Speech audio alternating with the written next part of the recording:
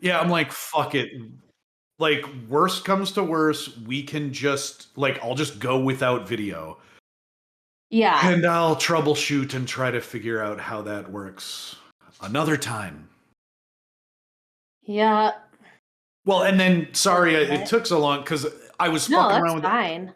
I was fucking around with that so long that you texted me and I'm like, oh fuck, it's already 5:30. So I didn't even Yep. have my shit ready to go, so that I had to go and prepare everything. But Uh, anyway, yeah. yeah, I was like waiting on some of my stuff to get here because I did like a drizzly order. And the What's earliest I Drizzly? could, it's like I don't think I've ever Uber heard of Eats, but for booze. that. Oh, you don't say. That's pretty cool. But if you have Uber Eats, you can connect the two and get free delivery, which is a new thing. And I dig it. Oh, that's interesting. Yeah, I'm like, did Uber Eats buy them out? I'm like, anything's possible. I'm Anything's not possible. complaining. Right. I got free delivery. Who cares? Yeah, that's pretty awesome. Yeah, so the earliest I could get it was somewhere from 4 to 5. And I was like, well, hopefully it shows up on time. Yeah, that would If certainly not, be oh nice. well. And it did, and I already drank the whole thing. Well, good. I So, mean, I good. always, whenever we do these, I always make like a double batch because then I can like Mm. refill and drink it. I have found that if you're making a cream-based drink, you definitely need to shake it instead of adding the cream Yeah. later. Unless you, I think I've never tried it yet, but I think you could potentially like pour in all the alcohol, basically all of the components, mix it together well enough with like a straw, and then add ice so it doesn't cool down and like Yeah. super a lot. But and I also found that like the taste is okay, but if you let the cream like freeze up and congeal like that, the sensation of drinking it is very disturbing. It's Oh dear. You just let it just like coagulate a little bit and you're like, yeah. "Ugh." Well, and Oh, what is we did that? yeah, and we discovered that kind of the hard way when I was still tinkering with the gray drink. And one of Lily's friends came over Oh, and she saw me doing all the bar shaky stuff because Lily actually got like a full-on shaker thing. And Rebecca that's was like, "Ooh, nice. can I have one of those?" And I didn't think it was going to be that fun, but it actually does make it a whole extra level of funness. Just yeah. But so I mixed Yeah. up the hard alcohol things for the gray, poured it into a glass, and then added the cream, thinking that if I mixed the curacao with the other alcohols and then the cream, it would create this perfect gray color. And that was not the case. It looked like I poured clam chowder into it, or not clam chowder, Oh dear. the cheese. What you call it? Cottage cheese. Oh, it Yeah, curdled. yeah. It Oh, wasn't great. yeah. Yep. It makes me think of there's I don't know why people do this, but like with certain herbal teas, it's a really bad idea to put any sort of cream or dairy in it because it instantly curdles. Mm-hmm. And my last year at Starbucks was like when people are getting like super into keto. I Yeah. mean, people are still like super into it, but at the time, people are like, "Oh my god, keto's amazing." It's like, the first wave of it. Yeah, yeah. When it was like the first time that it was a really big thing. Yeah. So then people kept ordering these herbal teas with heavy cream, and we Oh. had to tell them every time. We were like, "Okay, like so this isn't going to mix well, and B, Mm. it's going to curdle. Like it's not going to look the way you think it's going to be. It's going to Right. look like the dairy is bad." And it's Yeah, yeah, not because I'm smelling it every time. Like it's just fine. It does not work for herbal teas. yeah, Like this herbal tea in particular does not vibe with dairy. yeah.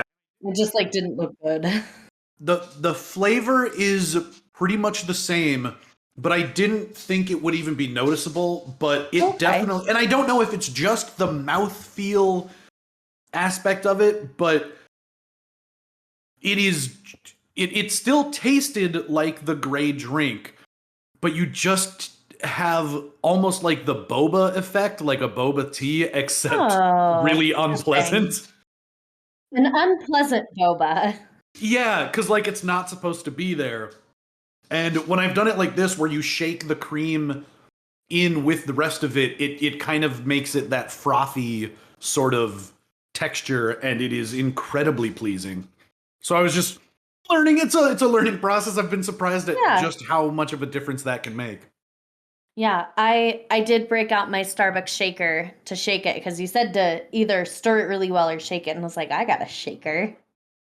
It's Nice. not for any alcohol drink, but it works all the same.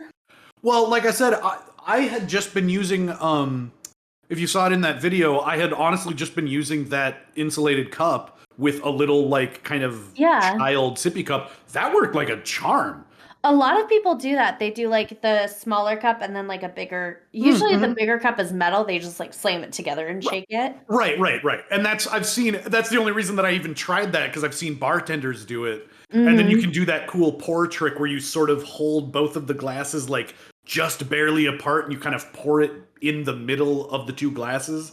If you know what I'm talking about, you hold it. Yeah, I Yeah. did that. That was kind of fun. So it definitely works. Yeah. The things you can do with drinks. Yeah. If you want, we could just use that as like the opening of the episode and say hello to everybody right now. Yes, hello. Kind of we're doing a lot of cold openings now, where that's the new thing. We're just gonna start a conversation and then just all of a sudden be like, boom, you're in a podcast.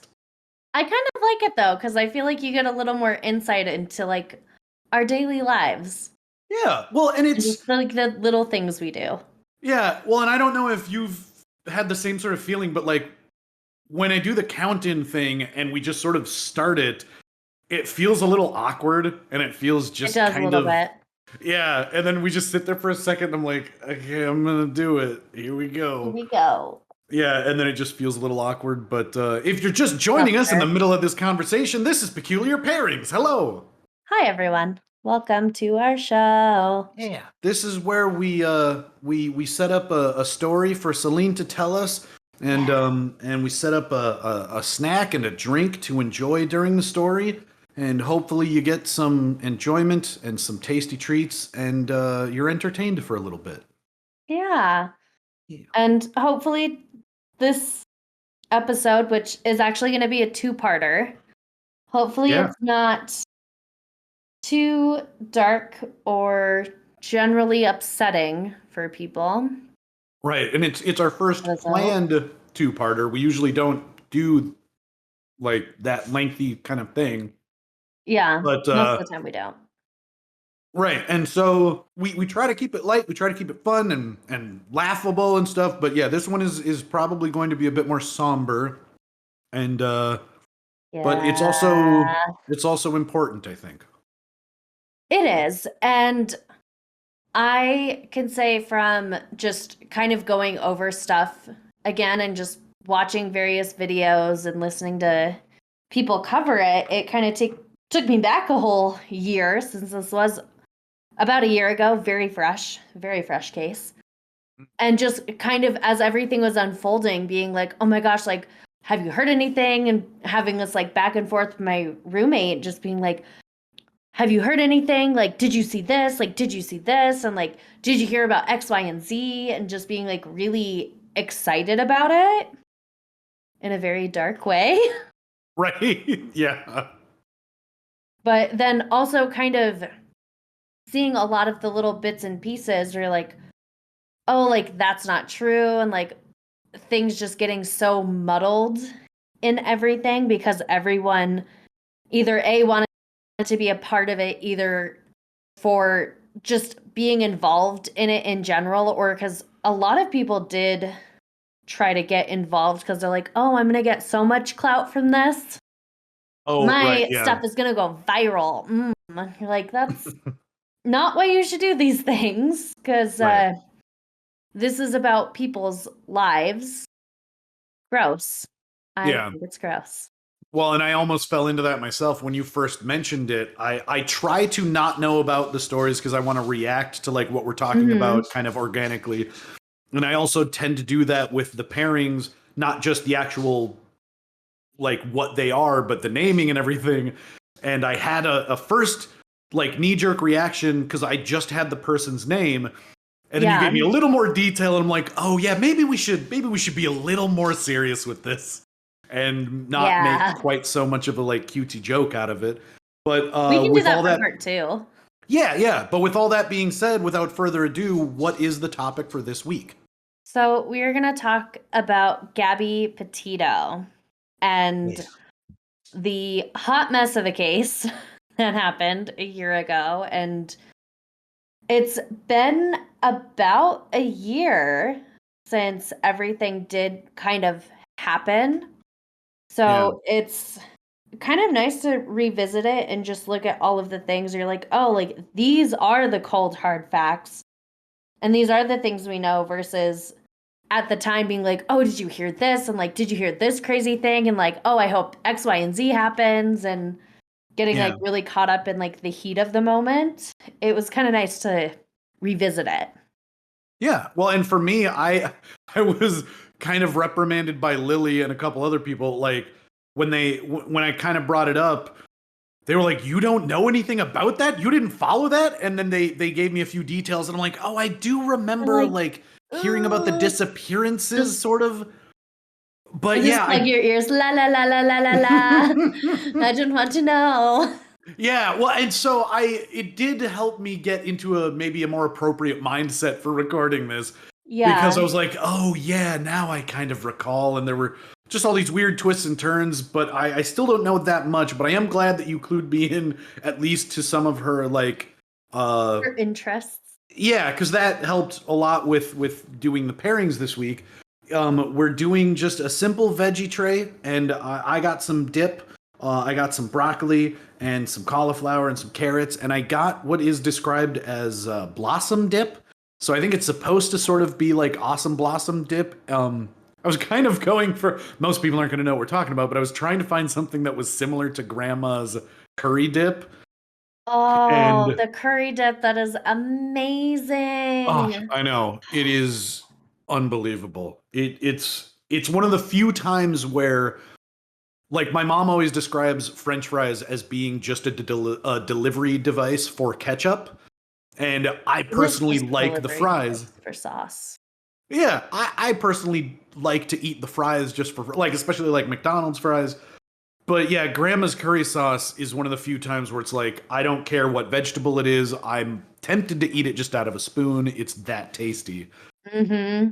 And Yeah. this got close. It's kind of like Thousand Island dressing that they sort of just added certain spices to. It's not All bad, but right. I am curious to see how it would taste with actual like onion rings or something. So I might have to try that at some point. But it's Yeah. okay. But the drink I have actually been very pleased with. I played around with it a little bit this weekend, and I'm calling it the sun salutation because one of her other interests was yoga, and that happens to be my favorite yoga pose, and also maybe the only one that I can name off the top of my head. But My favorite is Shavasana, whoa, what is which is that? when you lie on your back. It's corpse pose. That's how you end every yoga class is laying on the floor in Shavasana. Shavasana. I do like how technical it sounds, and then it's basically just like, you're just laying down. This is nice. As my stepmom likes to put it, I do Shavasana for 8 hours every night. That's like, are you masticating right now? Well, you're eating a meal, so you must be. Yeah. Ugh. But like, Yep. but yeah, I have some back issues sometimes, and the sun salutation is a nice, slow, smooth stretch, and so it made me It kind of think is. of like a good twist on a tequila sunrise. So it's very similar to a tequila sunrise with some of the portion of orange juice traded out for a rum mango cream liqueur, and it has so far been very tasty. It's kind of like a smoothie almost, but with like a little kick of Yeah. booze. You're like, Yeah, ooh. Well, and I was really surprised because you and I have both talked about liking fairly strong drinks, and to me, this one tasted incredibly light. And yeah, I Yeah. had, especially with adding the cream mango or the cream rum, um, it really tasted just like a smoothie. I'm like, I almost can't even taste the alcohol. And Lily took a sip the other night, and she's like, oh my. And I'm like, really? I'm like, I had like 3 shots of grenadine, damn near. I just eyed that part of it, and that's why it looks so pink. And she's like, "Oh, Like I that's just that's too poured with much." my heart. Yeah, and she's the one that likes sweets, so I figured this one would. I figured I finally got one that she would really like, but she's like, Yeah. "Oh no, oh my gosh." She just set it down. No, no, no, Hmm. no, no. I'd say maybe she would like it if it was just the mango cream liqueur and maybe not Yeah, the added tequila, because I feel like that's where it gets boozy is the tequila. yeah. Well, and I might have to have her try this one that I just made because when I made it the other night, I think I messed up the ratio and I added too little orange juice. So I Okay. think I nailed it this time because it's essentially supposed to be 1 shot of each liquor and or liqueur to 3 parts orange juice. And I think last night I only did 2 parts orange juice. Ah, that would make So sense, yeah. yeah, it was basically half booze, half orange juice, and then a shitload of grenadine. Yeah. It's tasty though. Yeah. But it at least is, yeah, and it's kind of light, so you don't really think you're drinking a lot of extra sugar and stuff, even though you are. But Yeah. it feels fresh and light and hopefully goes well with the vegetables and a good story. Yeah. So to kick things off, the sources I have for today was I used Wikipedia. Right. I looked at newsunzip.com. And then I also watched some videos by a YouTuber that I love watching stuff from, and that is Kendall Ray. I also listened to an episode of the 2020 podcast on this whole case. And then I also watched half, I'm currently at half, of a video of the body cam footage, which I got Oh wow. from Fox News and their YouTube channel. It was like over an hour, and I've seen a lot of Oh bits my and god. pieces, but this was like the continuous whole thing. Wow, I So didn't I even only know got that through was half of it at released. this point. It Mm-hmm. was, which we will definitely talk about because I have a lot to say on it. Okay. But to start off, Gabrielle Venora Petito was born March 19th on 1999. She was Okay. born and raised in Blue Point, New York, which is like a neighborhood area in Long Island. It's one of the little, I don't know if it would technically be a borough or not of New York, because I think it would Right. just be part of Long Island, but it's in Yeah, that yeah. area. Right, yeah, so it's a section of Long Island. Yes. And she was the oldest of 6 siblings and half siblings. So she's the oldest of 6, Mm. which is a lot, I Mm-hmm. think. And as most young people are, she was very active on social media. She had a blog. She had a very popular Instagram account. She was starting her own YouTube channel, which was called Nomadic Static, and it was dedicated to van life and van living, which is Oh also what my her blog was god. about. Yeah, that is really big right now. Or at least it seems like it's maybe waning a little bit, but she would have hit it at the peak interest. That Well, oh she my would have god. hit it like at the beginning and like really peaked with it, I think. Oh, okay. Yeah, I had so many people sending me van pics, like living in a van kind of thing. Yep. So she was Yep. on her way to being quite an influencer. Yes, she Cool. loved the outdoors. She was a huge activist. In 2013, she was in a music video with her stepbrothers to raise awareness about gun violence after the Sandy Hook shooting. She was Oh my god. she was very into a lot of that. She loved art, yoga, and veggies. And veggies. Thus our pick today, veggies. Yeah.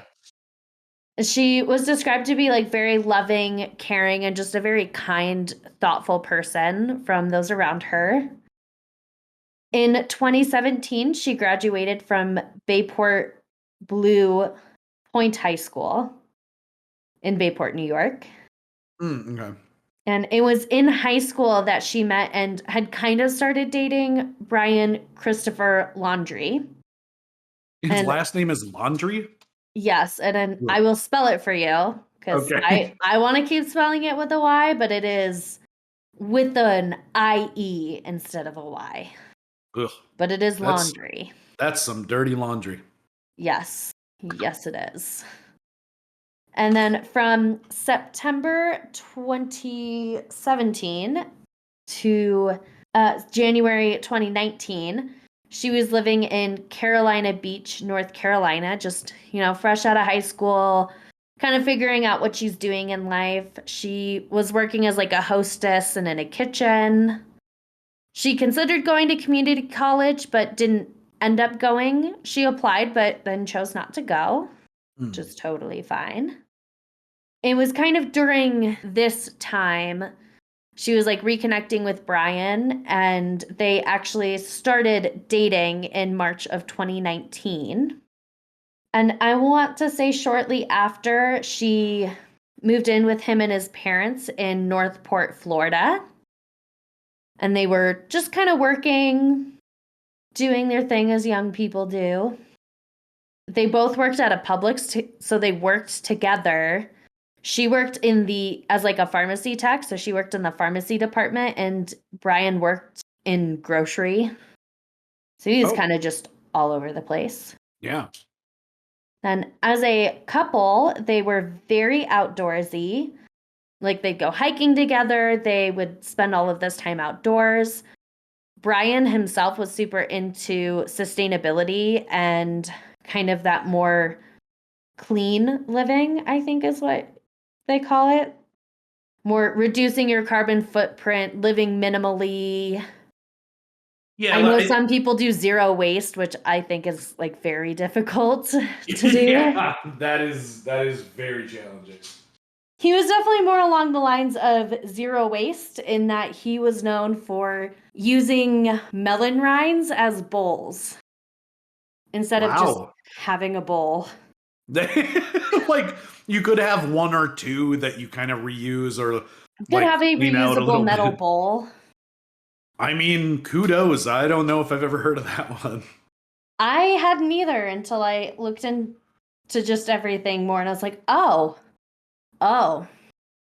That is extreme. Like, I mean, if it works and it makes you happy, sure. Yeah. Then in late 2019 to early 2020, the two embarked on a cross-country road trip. They went from New York to California and hit kind of like all the big stops like Vegas, Grand Canyon, all the big things. And all those classic road trip destinations. Yeah. Then in June of 2020, the two got engaged, which was very exciting for them. So, woo, engagement. Yeah, that's a detail I don't think I ever heard. I don't know if I ever heard they were actually engaged. Yes, they were actually engaged. And in December of that year of 2020, Gabby bought a 2012 Ford Transit Connect van. So she bought a little white van. Yes. And was like, I'm going to use this for camper van living. I'm very stoked about this. And it was kind of in preparation for their next cross-country road trip that they were going to take the next summer. So they were very excited about it, had all these things planned, got the van all souped up for it.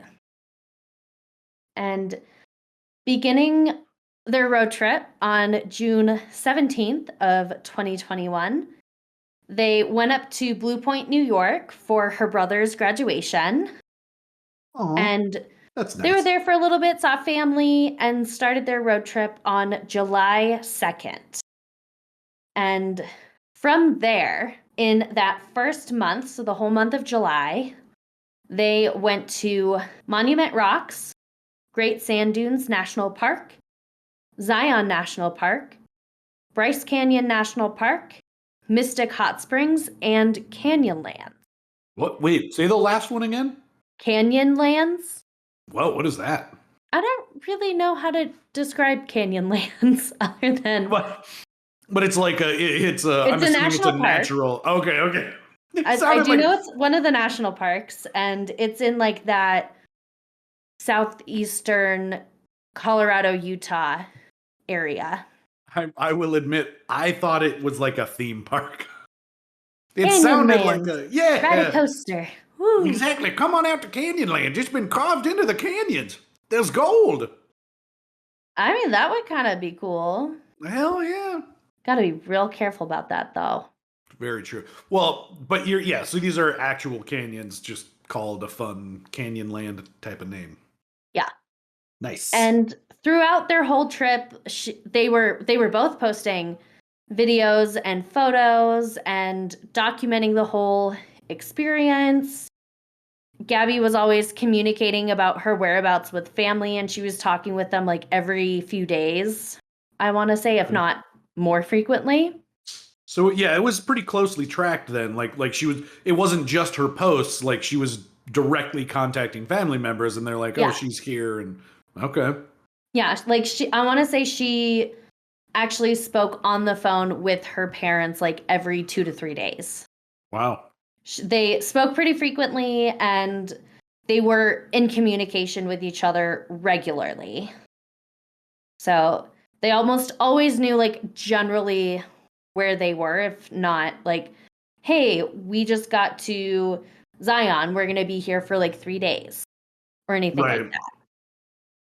And it was on August 12th, 2021, that a 911 call came in about a domestic disturbance outside of Moonflower Community Co-op in Moab.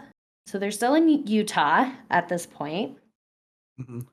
And the caller said that a man was slapping a woman. Oh, Jesus. And that they were running up and down the sidewalk, and that like he kept hitting her. And then they got in the van and drove off. So kind of a little weird. Like, what is Yeah, that's a bit happening? odd. Yeah. And then another witness said that they were aggressively talking, and Gabby was like punching him in the arm. Very aggressively. That is a very aggressive conversation. And they said it looked like Laundry was trying to leave, but was like taking Gabby's phone with him. He was locking her out of the car. She's like trying to get in the car because, I mean, it's her van. Right. So in a lot of ways, they were very much antagonizing each other. Okay. And like eventually she got into the car. She like went in from the driver's side and like went over to the passenger seat. And they heard her say to him, "Why do you have to be so mean?" And then they drove off. Not a great sign.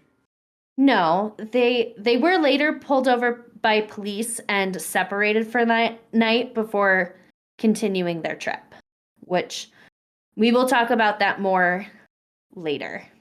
Yeah, so kind of a weird little blurb in the story, but I'm sure at the time nobody really thought too much about it. Right, it's still, yeah, they're a young couple and they're just frustrated from being locked in a van for a year or whatever. Yeah, they've been in a van with each other for, I want to say it's been about 2 months at this point. Oh my, okay. I kind of jumped the gun a bit. They've been camping with each other a lot. It's not like they're living in like an apartment or a house together. They're living in small quarters and they're camping all the time. Right. It's a little more intense. Yeah, I mean, even in a small apartment, you can usually go to another room or something. When you're in a van, you don't really have a place to go. Right. If like you're frustrated with the other person or you need to walk away, you kind of can't. Mm-hmm. Then on August 17th, Brian took a flight from Salt Lake City to Tampa, Florida, and he left Gabby at the Fairfield Inn until August 24th. He went back to Florida to clear out some space in like a storage unit and wanted to basically get all this stuff out so they could stop paying for the storage unit and like save some money. Yeah. I don't know why they didn't do it in May or June before they left. Right. Yeah. I kind of question that a little bit because I'm like, oh, that's kind of odd. Like, why you'd wouldn't think, you have done that before if saving money was like a big thing? well, and even if you're budgeting for the idea of like keeping that thing going during your trip, Mm-hmm.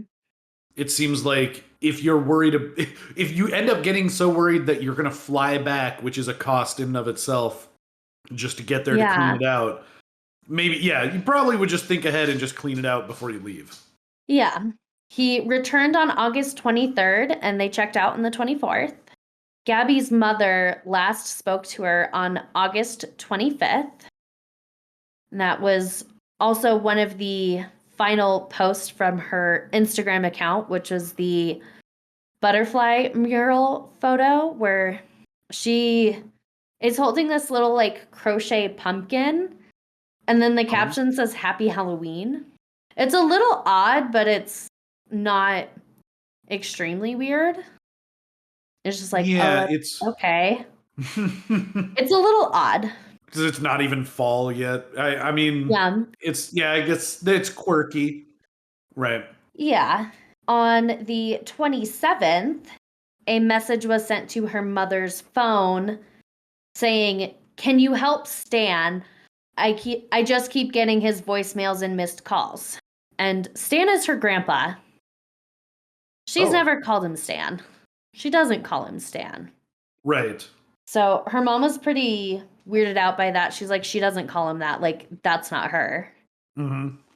So they're kind of suspicious, but didn't really like worry too much, which I'm sure also seeing that you can kind of think like, oh, maybe Brian sent that to us on Gabby's phone. Right. Like, whatever. Like, not going to think about it too hard. She's driving. She's dictating a message. He's not thinking grandpa. He's thinking Stan. Yeah. Something like that very well could happen. Mm-hmm. And then on August 30th, she sent a final message of no service in Yosemite, which she very much now believes that she did not send any of those messages. And at the time, they were kind of confused because I don't think they initially had plans to go to Yosemite. Oh, so they were like, oh, like I didn't think they were going there. Like, okay. Yeah, why the hell are you suddenly in a Yosemite? Yeah. Then on September 1st, Brian actually returned home to his parents' house in Northport, Florida, with Gabby's van. Oh. But he didn't say anything to like her family, so they had no idea he was there. Yeah, they didn't even know that he had returned, much less their daughter. Yeah. Shit. They hadn't heard anything, so they're thinking they're out in Yosemite. There's no service. Mm-hmm. And then on September 6th and 7th, he went camping with his parents in DeSoto Park. Not really sure why, they just did. Yeah. I mean, I feel like you shouldn't be too judgmental of people taking camping trips. Mm-hmm. Then on September 11th, after not hearing from Gabby since late August, since at this point they're like, we haven't heard from her. She usually talks to us she would have talked to us by now. We can't get a hold of Brian. Like, neither of them are talking to us. They filed a missing persons report. And then as they were thinking about it, they're like, she probably didn't even send us those last few messages. Like, that probably wasn't her. Yeah, I bet that realization would just be so bone chilling. I know. Oh, it's just so heartbreaking. Yeah. So then I want to say it was around this time, like either the day before or day after, is when they found out that Brian had come home without Gabby. Oh, God. Yeah. Yeah, and you already had that sense that something's wrong. Mm-hmm. And then you hear something that essentially confirms it. And you're like, wait, you've been home how long? And she wasn't with you? Exactly. And she's not with you? Yeah, you have her van. Where the hell is she? Why hasn't she contacted us? Yeah, so they filed a missing persons report, and then on September 13th, the police started surveillance on the Laundrie's home. And that was like a huge deal because they were watching the house. They're watching it like pretty closely. Mm-hmm. And they were like keeping tabs on him. They're like, well, he's here. So, like, where's the fiance? Like, what's going on? And people in the area were like starting to talk, like people that knew the families. Yeah. And on September 15th, the Laundrie's parents hired a lawyer. And they were super uncooperative with police. People are really upset with just the fact that they're like, this person is going to be your daughter-in-law, and like you don't care that like she's missing. Right. The camping trip shortly after he returns seems even like more and more suspicious, especially since like if he just spent the better part of a year on a camping trip, maybe the last thing you would want to do like as a family outing would be another camping trip. It does make it seem Yeah. like that was specifically for some kind of nefarious deed. I personally think it was for them to get away where they feel like they weren't watched. Yeah, I could see that. That is what I think personally. And on the 17th, the Laundries reported Brian missing, and we're like, well, we haven't seen him since the 13th.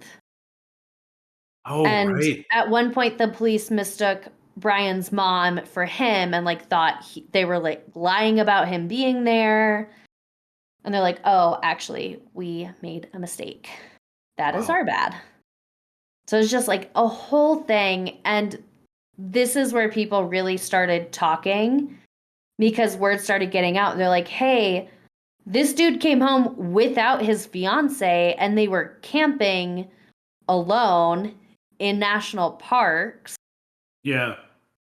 Like, and just, I know all the crime junkies out there are like, man, that's a great place for people to dump a body because, like, Mm-hmm. the chances of you finding them are a lot slimmer. And Well, yeah, I you think also have wildlife that can help with that, yeah, unfortunately. I believe they have like estimated statistics about bodies in state parks, and they're like, we can't say for sure how many bodies there are over like all the state parks, but it's a lot. A Like lot. people just disappear.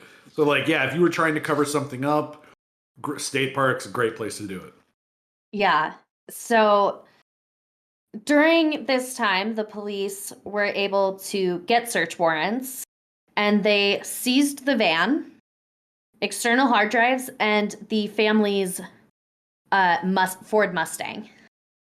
Huh. So, because when they got back, Brian was like driving it around. Like he went to his sister's Oh. house and like they took the car and she's like, why? She's like, well, I didn't know like Brian was gonna be like coming over and like I didn't know he was back. And Right. things are just weird. And it was during this time that the body cam footage was released. Ugh. And I have so many thoughts about this body cam footage that we are taking a section just to dedicate to it because I am angry. Okay. So, going back to their domestic spat outside of Moonflower, they got pulled over for going 45 in a 15-mile-per-hour zone and Holy for shit. erratic driving. Wow. Yeah, That is, is high. and that's not an I'm speeding a little bit. It is I am getting the fuck out of here kind of speed. Yeah. Or I'm so out of my mind I don't even know what's happening. Well, because not to mention 15-mile-an-hour zones are not common. So like No, and it's yeah, you see them entering state parks. You see the slower okay. speeds at state parks because people also do dumb things, and you have more wildlife and stuff I to was gonna watch out yeah, for. I was gonna say there's wild animals walking around, there's people taking dumb selfies and shit. It's like, yeah, you have to have more reaction time. Yeah, Drive 15. 45. That is a lot. It is a huge, huge speed difference. Yeah. Like it's bad. In the body cam footage, the officer, it starts with him like going to pull him over and he's like, oh, he's like driving really weird. He's like, oh, like he's kind of driving erratically. And he goes, oh my God, because he like hit the curb. And that's like when they do finally pull over, was after hitting the curb. They were like swerved into like the other lane and then hit the curb. Yeah, I'm not going to jump ahead, but now that you mention it, I think I have seen this particular section of body cam footage.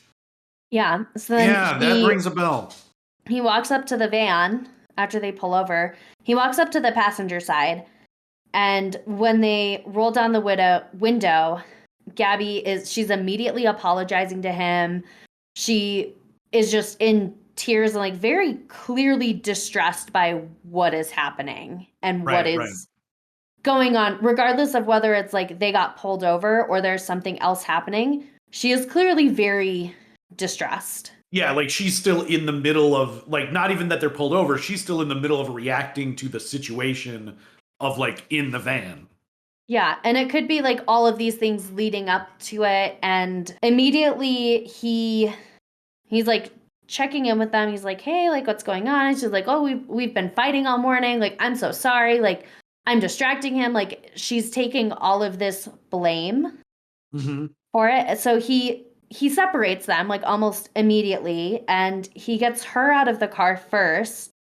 And he brings her over to his vehicle, like puts her in the back seat. He has like the AC on. She's sitting there just like kind of hyperventilating. And he's like, okay, like you calm down. And I think at this point, another officer does show up. They had so many officers there. They had so many officers. Did something just happen with Craig? Oh, no, I turned off my camera. Oh, okay. That's what it was. Sorry, like, I just got sick of looking at it just spin for no reason. That's fine. So, and of course, keep in mind that people do handle situations very differently, and how you react or how you think you should react is not how everyone else will. For sure, yeah. So I'm going to keep that in mind. And I'm also reminding myself of this as we dive into this deeper. So they then go back to the van. They get Brian to step out of the car. He comes around. He's like sitting on the curb. They're asking him like, hey, like what's going on?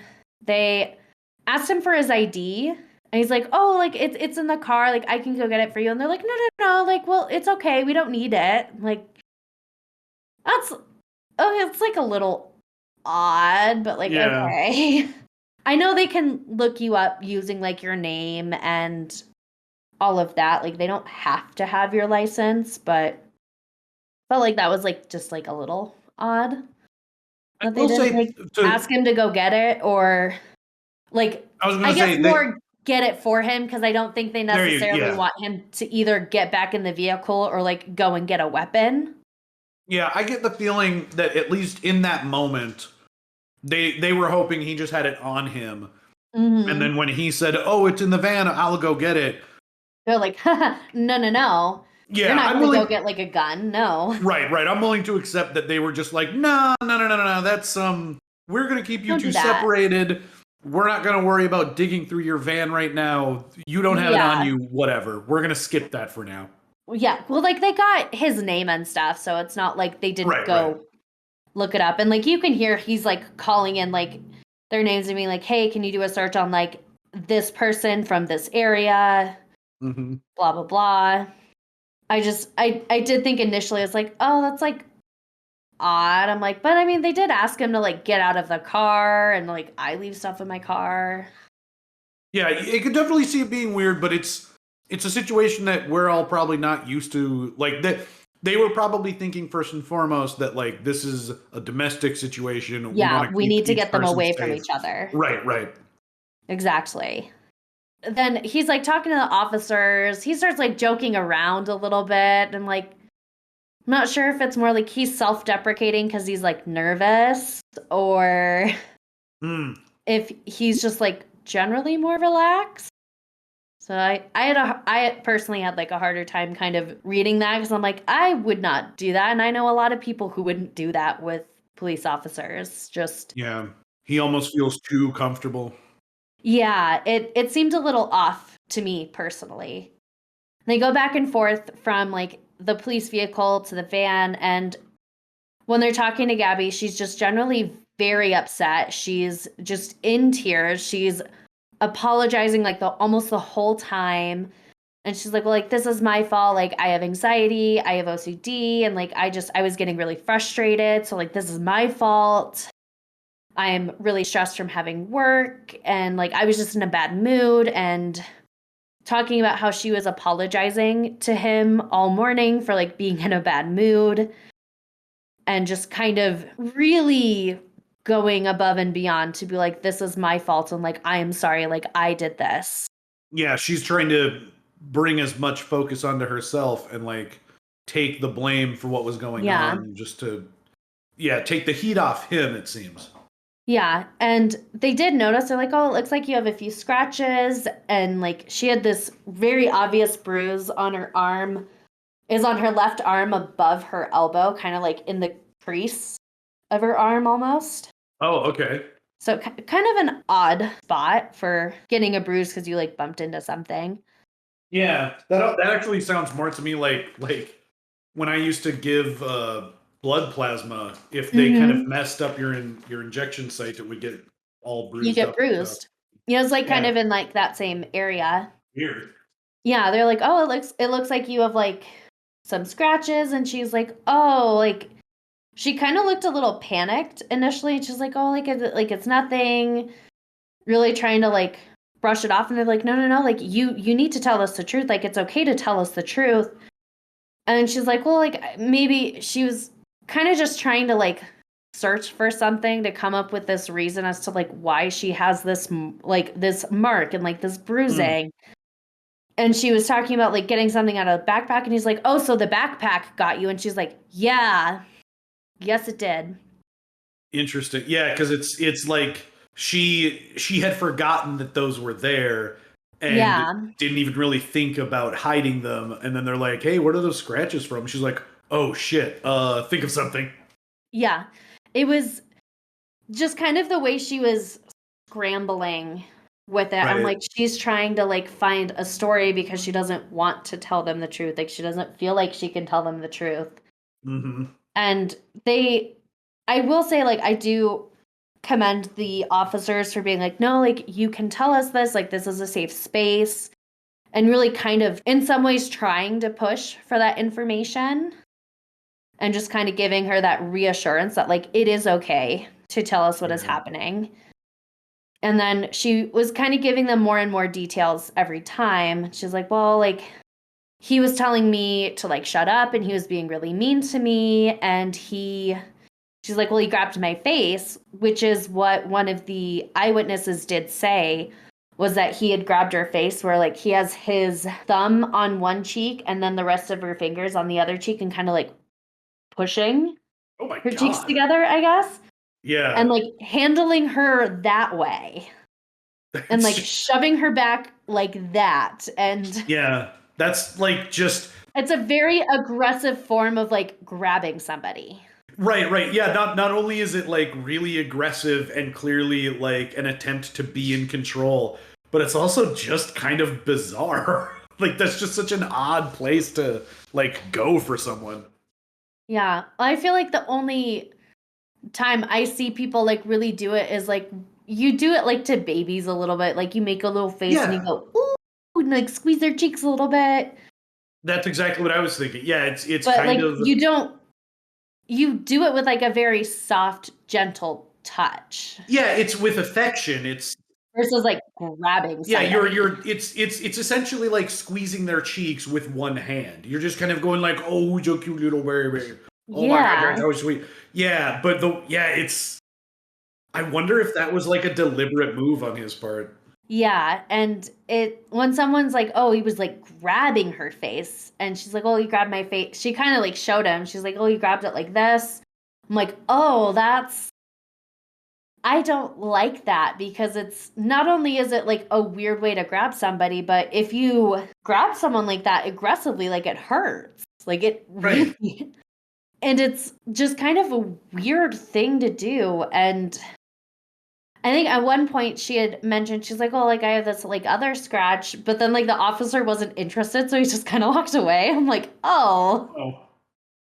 we're just gonna ignore that, like there's more.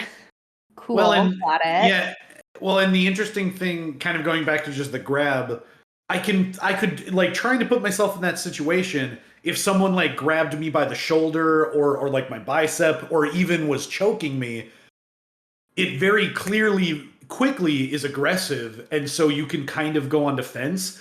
If someone grabbed me like on my face and like kind of over my mouth and around my cheeks, it would be so alarming. Like that's just such an odd move.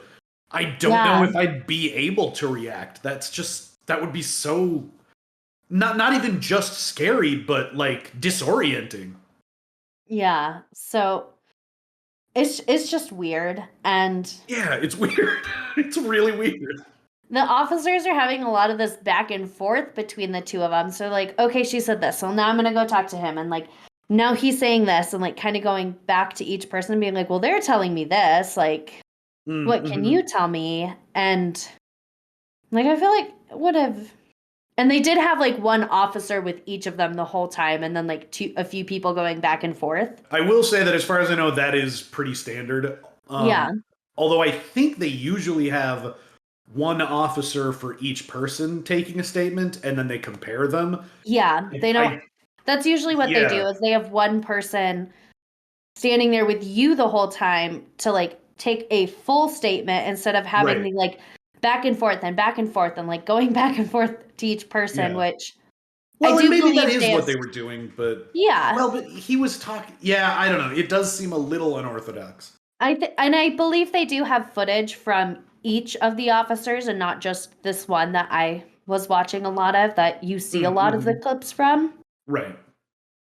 And so they're going back and forth with them, and they're like, well, like, Brian, what is your story? And he's like, well, I was trying to like push her off of me, and like I kept telling her to like take a breath and like walk away and to like go calm down.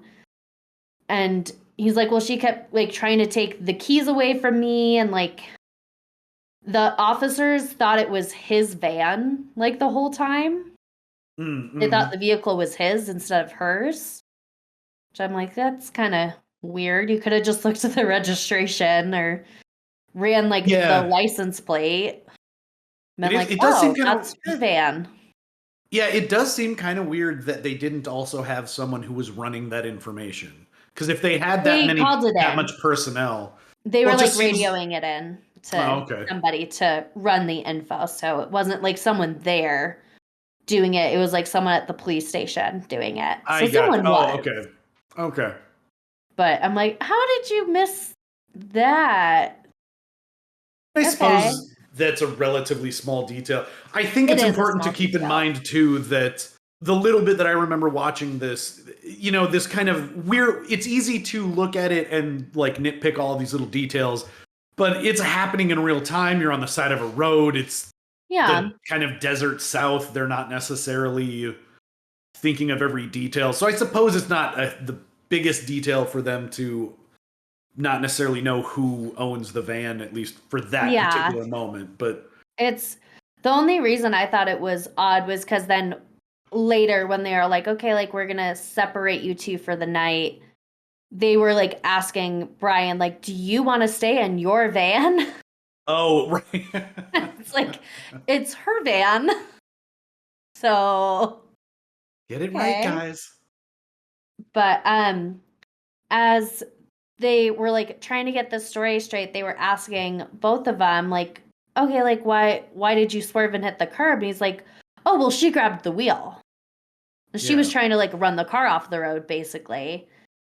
And that like she grabbed the wheel, like she was trying to take control of the vehicle and she was being aggressive. And when they talked to her and she's like, I didn't touch the wheel. Like she's like, I mean, I hit him, but I didn't touch the wheel. Like why kind of in a why would I do that? kind of sense. She's not even thinking about like that as an option. Yeah, she's not even like trying to think of an alternative. She's just like, why the fuck would I do that? Yeah, she definitely made like a face. I was like, no, like what? No. Yeah, why would anyone do that?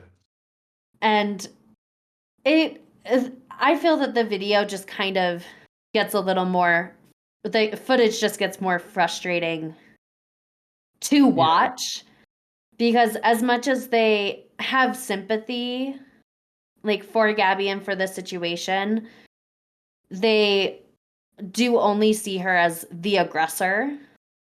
Yeah. For it instead of being like, okay, like this could be more than what it seems. They're like, well, she's the aggressor. Like, and I understand that that is how a lot of police work is that it goes off of what you know and what is hard fact versus running all over the place with theories and being like, well, it could be this or like it could be this because like you'll never get anywhere if you go chasing, oh gosh, like you're chasing zebras looking for horses type of thing. Oh, I see what you mean. Yeah. They say that in medicine where they're like, you're chasing zebras looking at horses or something like that, where it's like you're looking for this spectacular thing, but like it's really average. Right, exactly. Yeah, it's like you see hoof prints and you think zebras rather than That's what horses. it is. Yeah, and it's like see you looking want for zebras, not horses. Yeah, your mind goes to this sort of spectacular or more rare kind of thing or whatever, and it's like maybe just the simplest explanation is the one that is most likely. Yeah, and in a lot of ways, it's way more frustrating to watch the footage in the aftermath because you know that after this, she disappears. Right. And kind of being like, oh, like she's sitting there just in tears. She's super upset. Like she is all over the place because like she's anxious. Like she's just not doing well and she's visibly not doing well. And it's like, oh, like she's causing all the problems. Cool. Which is definitely the weirder part, just in the idea that I can totally understand someone keeping their cool when talking to the cops and whatnot. But the real interesting part is that he is so calm and she is clearly very disturbed. Yeah. And it's like, it's not like they are sharing in a perspective of like having been in this weird vehicle accident. Like they weren't both worried about the fact that they hit the curb. She is clearly upset and he is not. Yeah, and it's very clear that there is something going on and that she's very upset about this, but it's in some ways it's like it's almost not addressed.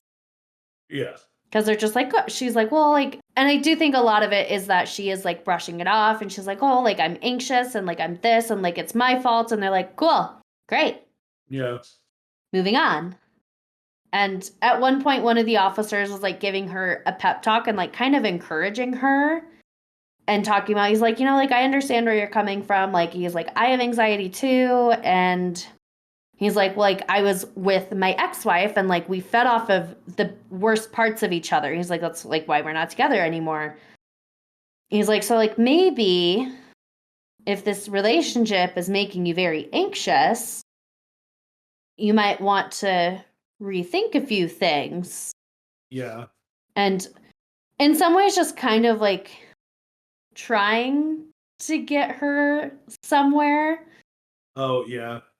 But that was like kind of it. Then there at one point the officer, one of them goes back to like the vehicle and he's like trying to figure out like, okay, like what do we do? Like he's like going back to protocol and being very by the book, which like there's nothing wrong with that. Mm-hmm.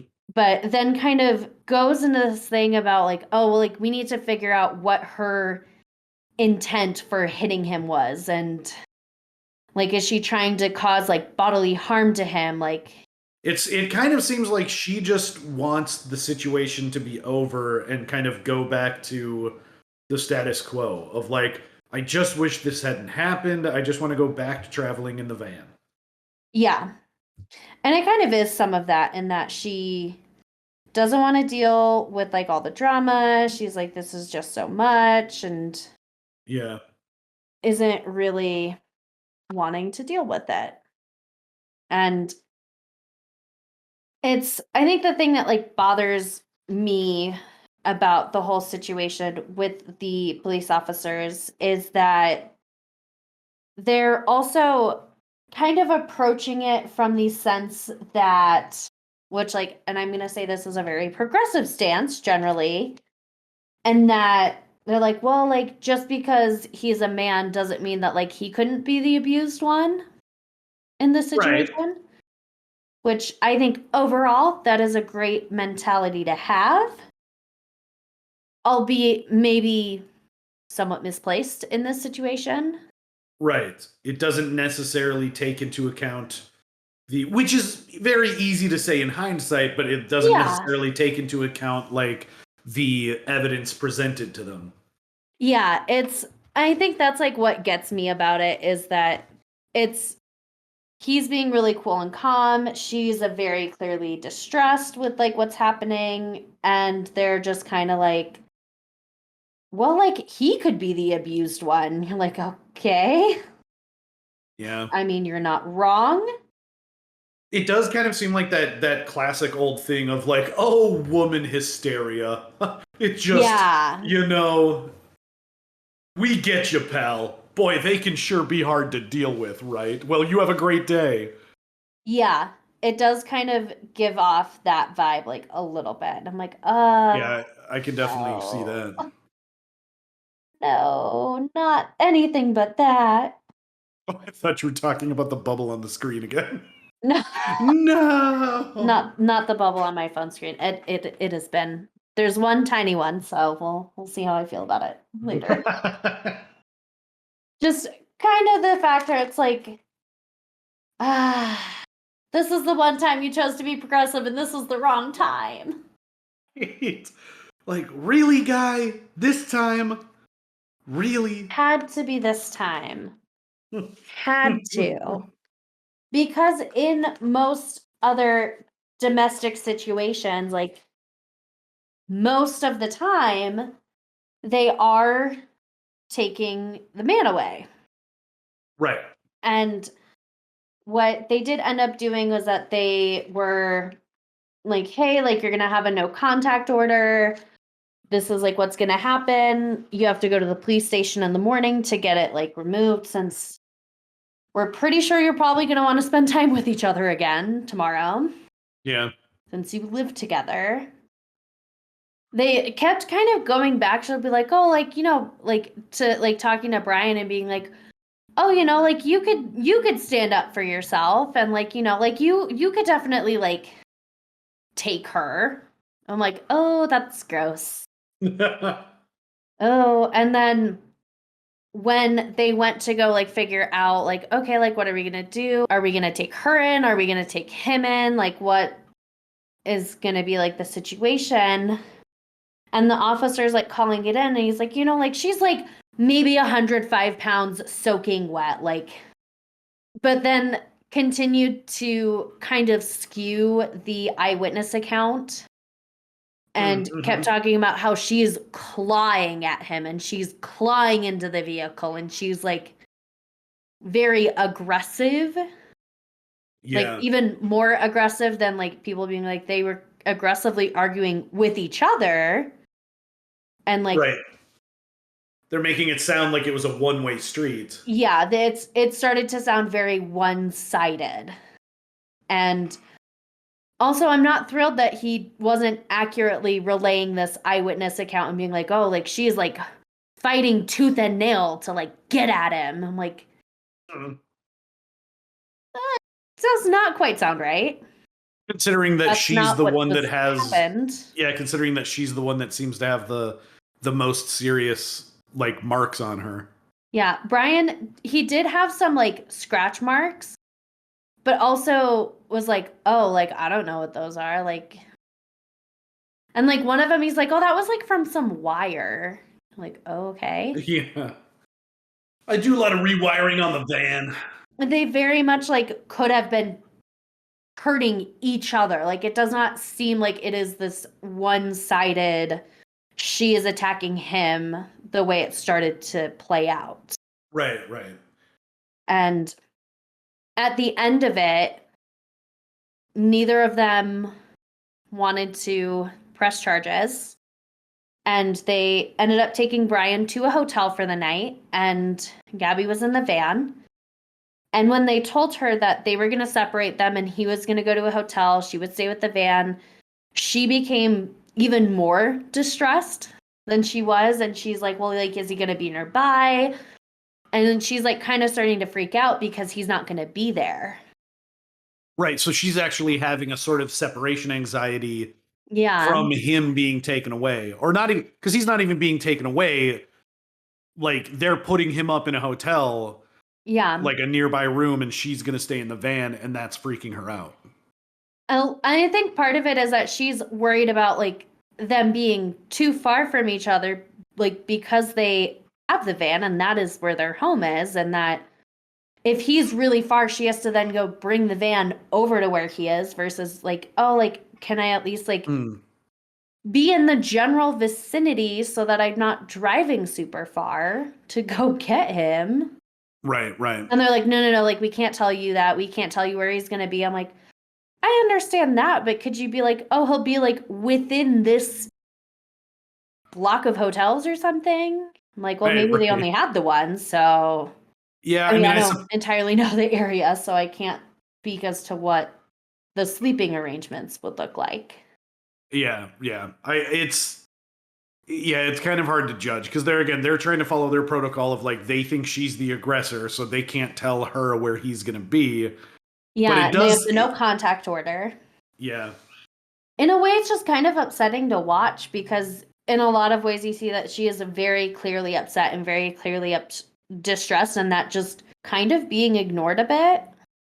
Yeah. Regardless of what they think happened, like in the physical sense of this dispute, she is clearly disturbed, and it does feel like she needs more attention than they want to give her. And they just immediately write her off as an aggressor. And like, even the idea of them being separated from each other for the night, they don't seem to, for lack of a better phrase, give a shit. Yeah. A lot of experts within psychology and like relationships and like relationship behavior found a lot of this footage like pretty disturbing because they're like, you can clearly see that like she is being distressed, and a lot of the things she is doing and saying shows signs of like abuse and manipulation in X, Y, and Z way, but they're just labeling her as the aggressor and really just kind of shoving it off to the side. It did come out later and currently generally believed that Gabby was abused by Brian in various capacities throughout their entire relationship, potentially. And a lot of what we see in the body cam footage is thought to be very textbook signs of someone in a situation of abuse. Right. Well, and I think this is a perfect example, and maybe this is part of where it got a lot of support from, but like the idea of sending out certain people other than just cops to specific situations, like a social worker or a therapist might have been able to see, some kind of expert in the field of these sorts of signs might have been able to read more into it and be like, hey, maybe we should do more analysis with each of them and kind of figure out what the hell's going on, because she is giving off some disturbing signs.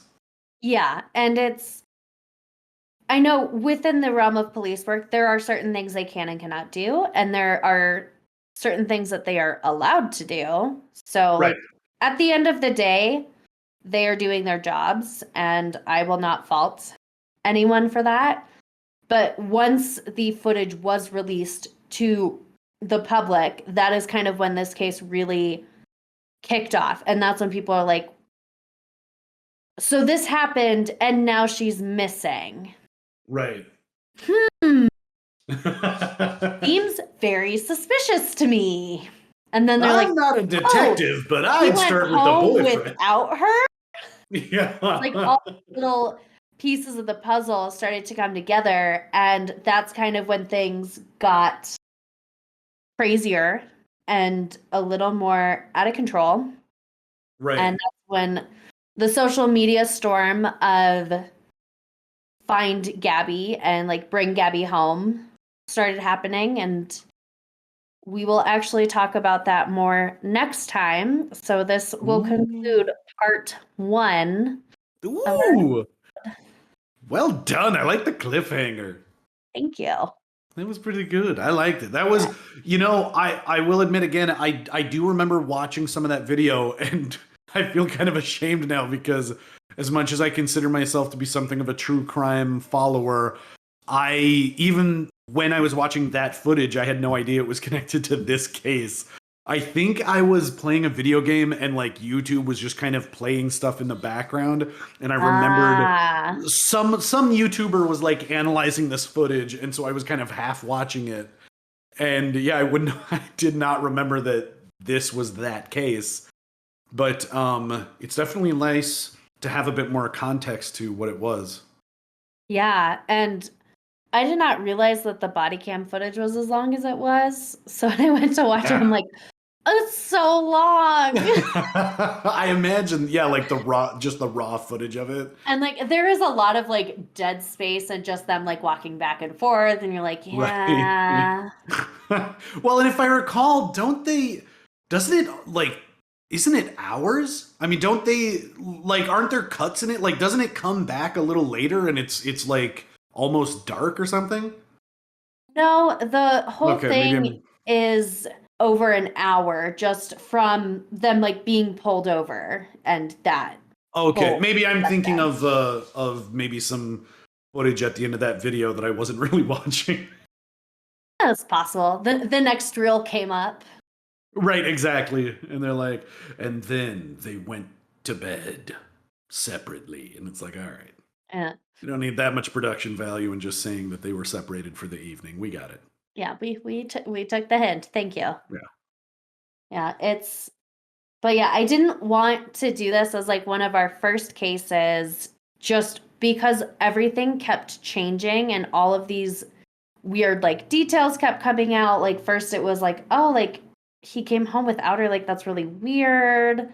Like what happened there? And they're like, well, he's not talking to anyone. And then having like the police footage come out and they're like, oh, that's like really odd. Like, oh, like something about it doesn't sit right with me. And just all those like little things just like keep happening. And then like all these other offshoots start happening. You're like, what is going on with this case?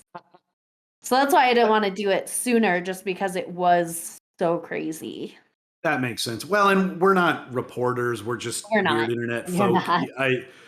I can see it's always trickier with like recent or even ongoing cases. You want to be respectful to the families and absolutely. And even the people investigating. You don't want to put out stuff that might be inaccurate and skew public opinion without due cause and anything like that. Exactly. So it makes sense to wait. Yeah. But I will say it was definitely a good part 1, and it makes me excited for part 2. Ooh, good. Can you give us a kind of a heads up or like a preview of what we'll be talking about next time? So we will talk a little bit more about Brian Laundrie and kind of the aftermath of him coming home without Gabby. And what things plot will thicken. Unfolded in the she's missing and you came home without her. Yeah, that is quite a plot to sort of start with. Like that is such a weird just thing within the case of like, okay, so this thing happened on the side of the road. And wait, he's home already? Wait, he still has the van? He has her. Wait, wasn't she sleeping in the van? Why does he have the van? Wait, he's been home for how long? He didn't tell her family? Yeah, that is really weird. It really ramps up quickly. It does. It really does. So we will talk about that more next time. Fantastic. we'll have a different treat for you. Yes, we It's will. gonna be a real part two-er. We'll come up with something new, and we will reconvene next week. As for this week, I know I was down on that sauce that I was talking about, the bloomin' sauce. It really grew on me. It really, Oh, it doesn't have that grandma curry flavor, but oh yeah, what really ever could. I Um, know. it's a secret guarded so well, and it is so. But this sauce did kind of scratch that sort of itch. I found Mhm. myself after the first few bites not wanting to stop eating it. It was Oh, had just that perfect tanginess and just the right amount of spice that it kind of built up over time. I gotta admit, it was pretty good. I was gonna go with, because it's hard to rate like the vegetables. I was yeah, gonna go with more like a 5, but I'm gonna give it a 7. It was pretty tasty. I'll have to include that in some pictures and give the actual brand because it was very tasty. yeah. I had just the generic Kroger King Supers veggie tray with ranch. Ah, nice. It's hard to go wrong with ranch. I mean, it's a Yeah, classic for a reason. yeah. Although I was kind of missing, I wish I had gotten one with tomatoes. I was kind of kicking myself for that a little bit because as I was eating it, I was like, man, tomatoes would be good. And then I was thinking about how our family always has olives with their veggie trays. And I was like, Oh, dang, I should have gotten some olives. that is where I significantly differ. I hate olives. I just I can't like do it. them. And it's weird because absolutely love dill pickles. And Huh. in my mind, I always think, I'm like, they're so similar. They're brined, they're salty, They they are. have a similar consistency. Pickles are They generally more do. firm, olives are kind of softer, but there's just, I don't know, there's just something about the flavor in them that I can't love. Olive oil. There's something about starting a dish with, a good hot pan and some olive oil. It has that nice Hmm. aroma. Oh Hate yeah. olives. Can't do it. I don't know. Never put them in a veggie tray. Yeah. I could see how olives are, they are not for everyone. I No, will say that. they are kind of you know what I did include though? Little cherry tomatoes. That's what I wanted. I wanted little And cherry tomatoes. well, Can't and find let it. me tell you, it was perfect. Oh, I got them at the because I did buy two pre-made little like cut. The cauliflower and broccoli I had was just a little thing that I got at the grocery store, yeah. and then obviously the tomatoes came in a little container, and then I grabbed some carrots and put everything on a little plate. But yeah, grabbed the tomatoes at the last second. Really happy I did. Yeah. Perfected. Yeah. I would say since I was missing tomatoes and olives, I would give mine about a 6. Okay, And that's I mean, fair. it's basic. It's not Yeah, like the most exciting veggie tray, but it's veggies, and I like veggies, so I do too. I should do that yeah, more. yeah. Yeah, I always forget that I get so caught up in just like a burger and fries or something. It's like I can eat vegetables. I should have a salad once in a while. I am gonna give the drink a 10. I don't mean to toot my own Oh yeah, horn, no, I but love the drink. I'm gonna make myself I another one. I think I will too. It's and like you said, the similarities between it and a smoothie, and it's not like we really put any fruit in it. The only thing that's really in there is orange juice, and it's Yeah, less orange juice than a normal sunrise would have. yeah, It is just I